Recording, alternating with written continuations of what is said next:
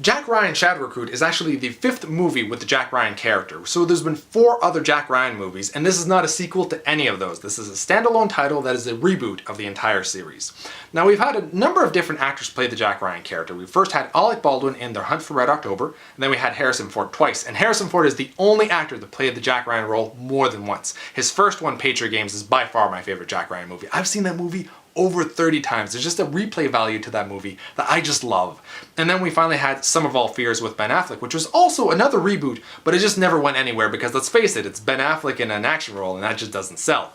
Warner Brothers thinks it will with Batman, but that remains to be seen. And they delayed it by another year, which only makes Ben Affleck older. Like, he was in his early 40s when he was cast, but now they delayed it, so he's probably going to be closer to the mid-40s by the time he finally puts on the bat suit, instead of picking somebody in their early 30s. That doesn't have as many failures as Ben Affleck.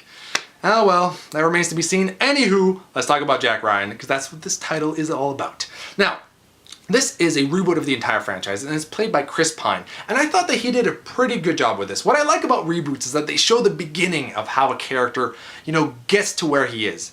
And with all the other movies, other than Sum of All Fears, it was a much older Jack Ryan. And I like seeing a younger Jack Ryan, get to where he is. It's kind of like watching a Rocky movie. The first Rocky movie, seeing him better himself, getting to where he finally is. Batman Begins, seeing Batman, the beginning of Batman, even the Casino Royale with 007. It's seeing how these famous characters become who they are. And I thought that they did a really good job by showing that Jack Ryan is not really a field operative. He always gets thrown into these, scenarios, but he's really an analyst. He's just a brilliant character who sees things. And I think they did a really good job with the trailer by showing Kevin Costner, who also was cast perfectly for this role, as his mentor, who's also in the CIA.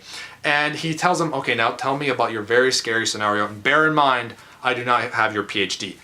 AKA, tell me in layman's terms what's going on, because I'm not as smart as you are. And I think that that's really cool. That's the appeal of the Jack Ryan character. But he, of course, gets thrown into these scenarios where he becomes a field operative. And the only reason why he's able to kind of, not die is because that he has military training, which they show at the beginning of the film.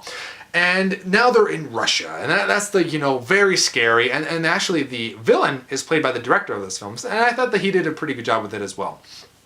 What I like about these movies, obviously, other than the fact that Jack Ryan is a very smart man, is the technology. It's a spy movie. That's the appeal of these movies, is seeing all the future tech that they have, and you're like, man, that's cool. Like a Mission Impossible movie, you get to see all the future tech, 007s, future tech, all that kind of stuff. And it allows these characters that may not be the best field operatives, but because they have these, machines and technology, they can succeed in these missions. And I like that. And I also like that the supporting cast that helps them out isn't just like, a throwaway person that will just, they're there and they're there to die. They're not there for that. They're there to really help him out. And they did a really good job with that, because that's what I would expect in CIA. You're not going in there blind. There are moments where you do, but in this scenario, they didn't. And I like that they went with that. The only negative, the really big negative to this movie, is that the action scenes are shaky cam. And they're bad. They're not horrible, but man, shaky cam just completely takes me out of a movie. Other than when it's done correctly, for example, in the Bourne movies, I felt that I was okay with them in those ones. But other than that, man, it would just be better to say there's an action sequence going on right now. Just put that on the screen and say who's winning. And that'll pretty much, allow you to understand what's going on. Instead of wasting our time trying to figure out what's going on. Like, they zoom in. It would be like me doing my reviews going like this. So this is what happens in the movie, and like... I guess it's kind of entertaining, but it's not entertaining when you're watching an action sequence. You want to see the choreographed fight. These are actors. This is Chris Pine. We've seen him do choreographed fights before. He knows what to do. He can pull off a realistic looking fight. Maybe not as good as Harrison Ford. I find that Harrison Ford embodies the character so well, because he's able to act as if, like, when he's thrown into these things, he's actually thrown into them, and he's like, man, I gotta get the hell out of here. And he's just so realistic. Like, he's winning a fight, but man, at the edge, like, he's so close to losing, and he makes it look that much more believable. So I can understand maybe they just didn't want to make him you know, go up against Harrison Ford's previous things, but this is years ago. Nobody's seen Patriot Games in Clear and Present Danger. You're fine with that. Just don't do shaky cam. Just stay away from that.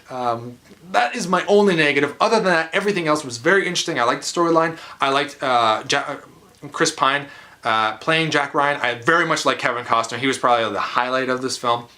Keira Knightley did an okay job. The villain, whoever I forget his name, who was the director of the movie, did a good job as well. The tech is interesting, and it's pretty much a good sit down and watch movie. You can just get right into it and, you know, enjoy the film. It's a popcorn film, so I will give it a 7 out of 10.